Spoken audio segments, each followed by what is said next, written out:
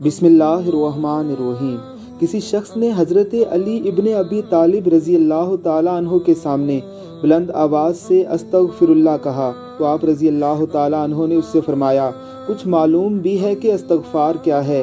इस्तग़फ़ार बुलंद मंजिलत लोगों का मुकाम है। ये एक ऐसा लफ्ज़ है जो 6 बुरी बातों पर हावी है।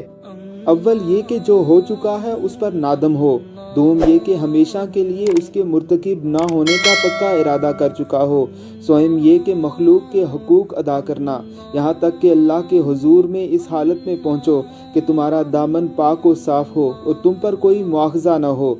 चहारम ये कि जो फ़राइज़ तुम पर आयद किए हुए थे और तुमने उन्हें ज़ाया कर दिया है, उन्हें अब पूरे तौर पर बजा लाओ। पंजम ये कि जो गोश्त हराम से नशो नुमा पा रहा है उसे गम व अंदोह से पिघलाओ, यहाँ तक कि खाल को हड्डियों से मिला दो कि फिर से इन दोनों के दरमियान नया गोश्त पैदा हो। और शीशम ये कि अपने जिस्म को अताअत के रंज से आशना करो जिस तरह उसे गुनाह की शेरीनी से लज्जत अंदोज किया है, और फिर कहो अस्तगफिरुल्लाह। इस फरमान ज़ीशान से ये मतलब हरगिज़ ना लिया जाए कि इस्तग़फ़ार नहीं पढ़ना चाहिए। बुलंद आवाज़ में इस्तग़फ़ार पढ़ने में कोई बुराई है, बल्कि ये फरमान इस्तग़फ़ार और इस्तग़फ़ार पढ़ने वाले का सही मुकाम पहचानने और अपने कौल में सादिक होने का तकाजा करता है।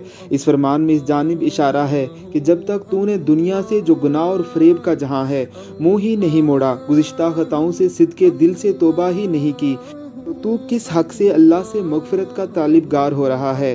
साथ साथ इस जानिब भी इशारा है कि सरे महफ़िल बावाज़ बुलंद अस्तग़फिरुल्लाह कहने में नफ्स की ख्वाहिश पोशीदा हो सकती है कि लोग मेरी ज़बान से इस्तग़फ़ार सुनकर मुझे पाक-पाज़ समझेंगे।